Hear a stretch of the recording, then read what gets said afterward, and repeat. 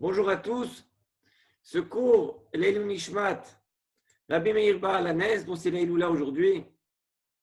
Également Maxime Aymod Ben Rachel, Yitzhak Shmuel Ben Mordechai Dov Ostroviak, Raphaël Ben Moshe Elbaz, Claude Chai Ben Daya, Victor Ben Thérèse Esther Taeb, Isabelle Miriam Ben Kemaïsa, Rouven Binyamin Ben Solika, Shnei Dora Batsara Léa, Rouven Rizzo Ben Avraham et Jordan et Catherine Tiber. Nous sommes ce soir, le soir de Leiloula de Rabbi Meir Baal Hanes. Rabbi Meir, le maître des miracles, comme son nom l'indique. Et il y a une habitude très répandue, quand on a besoin d'une délivrance, de parnassa, de guérison, de mettre une pièce de tzedaka et de prononcer la formule Ela de Meir Aneni, ce qui signifie Dieu de Meir, réponds-moi. Le Rav Eliyahu Mansour amène un très bel enseignement pour essayer de comprendre comment fonctionne cette formule qui semble presque magique. Alors, comment fonctionne ce Elaha de Meir Aneni?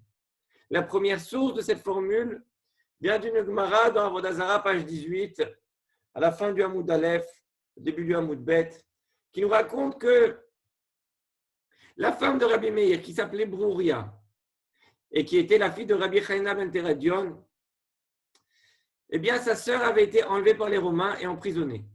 Brouria va voir son mari, Rabbi Meir, et lui demande de faire quelque chose pour essayer de libérer sa sœur. Rabbi Meir se présente devant le garde de la prison et essaie de le soudoyer. Mais le garde, ayant peur des autorités, n'accepte pas. Alors Rabbi Meir lui dit, ne t'en fais pas. Si on te reproche d'avoir laissé partir cette femme et que tu as des problèmes, tu auras juste à prononcer la formule suivante, Ela de Meir Aneni. Et il ne t'arrivera rien. Alors le garde lui demande, très bien, mais comment saurais-je si ça marche vraiment? Rabbi Meir lui répond, je vais te le prouver. Il y avait des chiens méchants à côté d'eux. Rabbi Meir se met à leur jeter de la terre dessus. Et quand les chiens viennent pour le mordre, Rabbi Meir dit, Ela de Meir Aneni. Et les chiens se calment immédiatement. Le garde est impressionné. Il se sent rassuré qu'il ne lui arrive rien s'il laisse partir la sœur de Brouria et il la libère. Les autorités romaines enquêtent et découvre que ce garde a laissé partir cette femme et on ordonne qu'il soit pendu. Le garde arrive sur la potence, il se souvient de la promesse de Rabbi Meir. Il s'exclame Ela de Meir Aneni. Ela, miracle. Les Romains n'arrivent pas à le pendre. Impossible de pendre ce garde.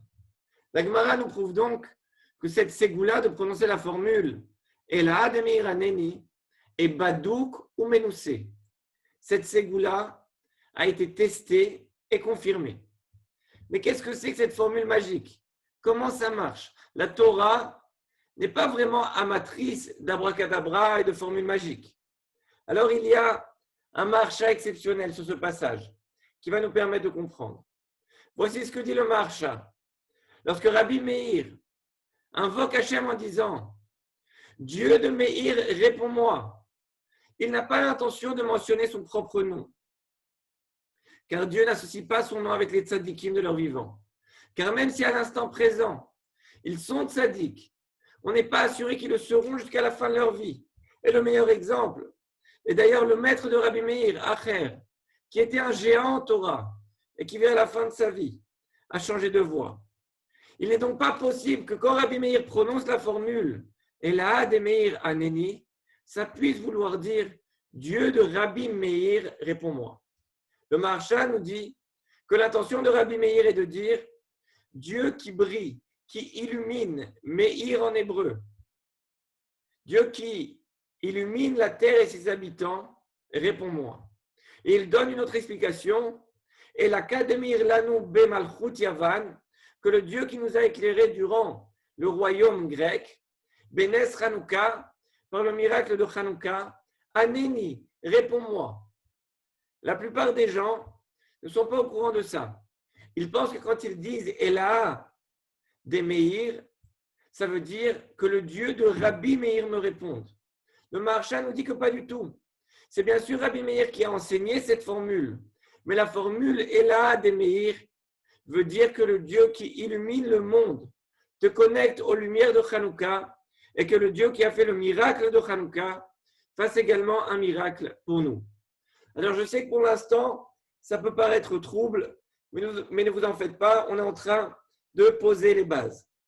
Alors, quelle est la connexion avec la lumière de Hanouka et pourquoi Rabbi Meir se réfère à ces lumières pour enclencher une délivrance? Pour comprendre ça, il y a une autre Gemara dans Shabbat, page 77, Amoud Bet, qui nous dit qu'une fois Rabbi Zera a vu Rabbi Yehuda, qui était resplendissant et de très bonne humeur.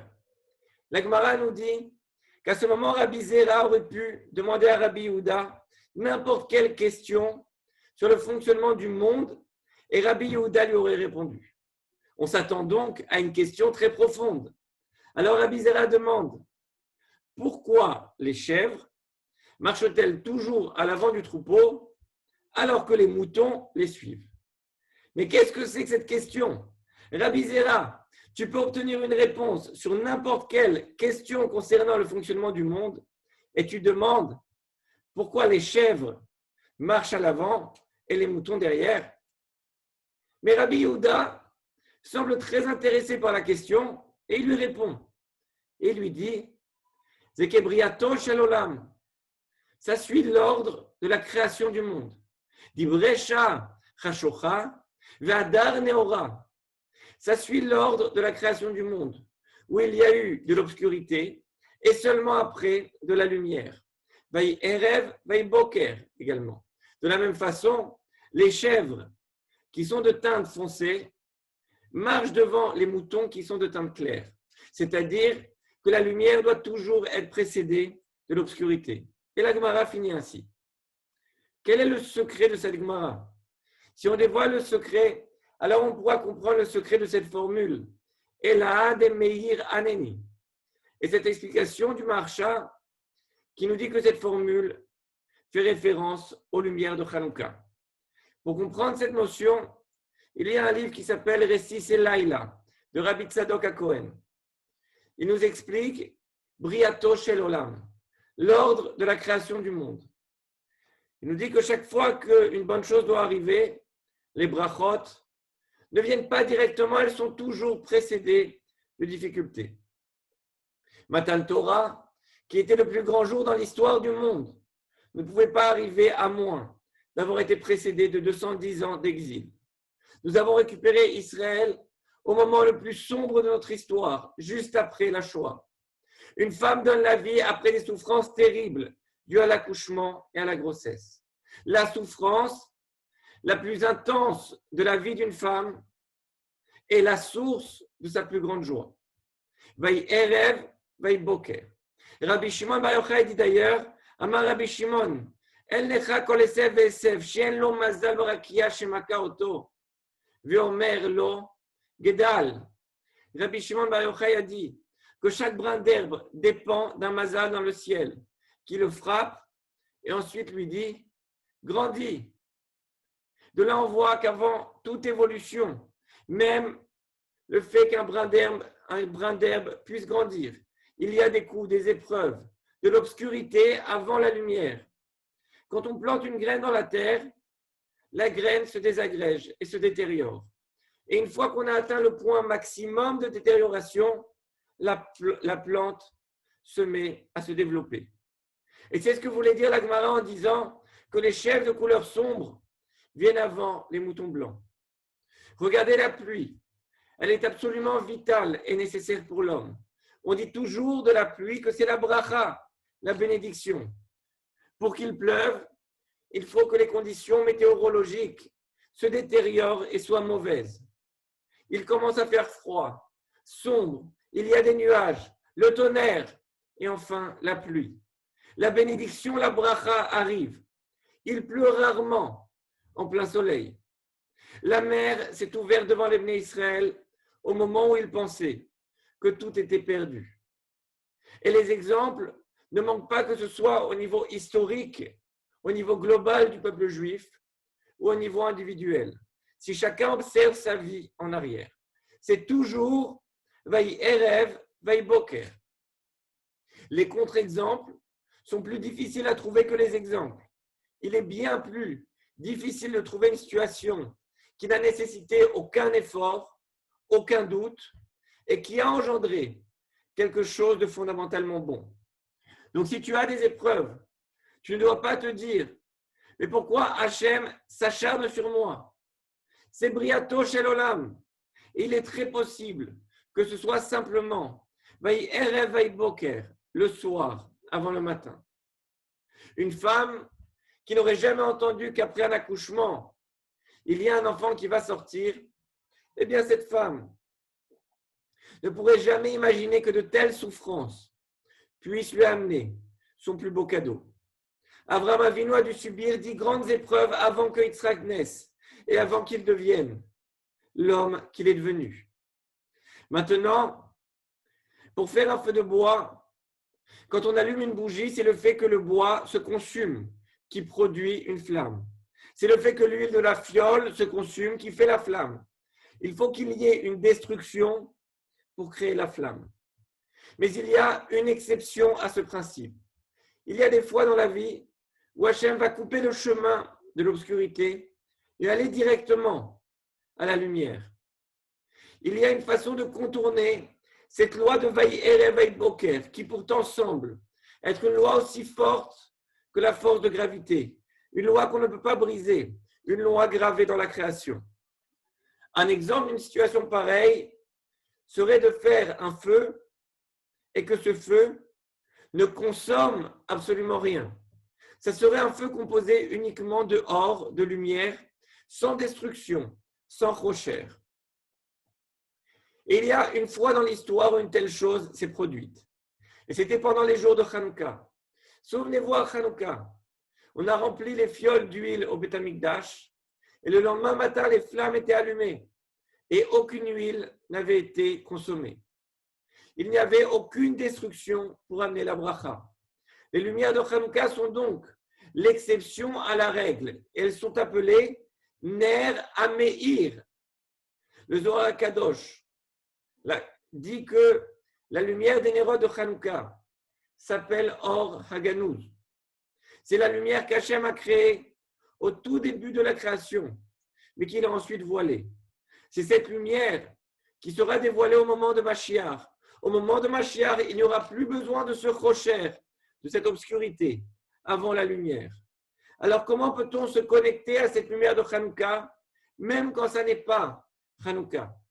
C'est grâce à notre formule. Et la A de Meir Aneni.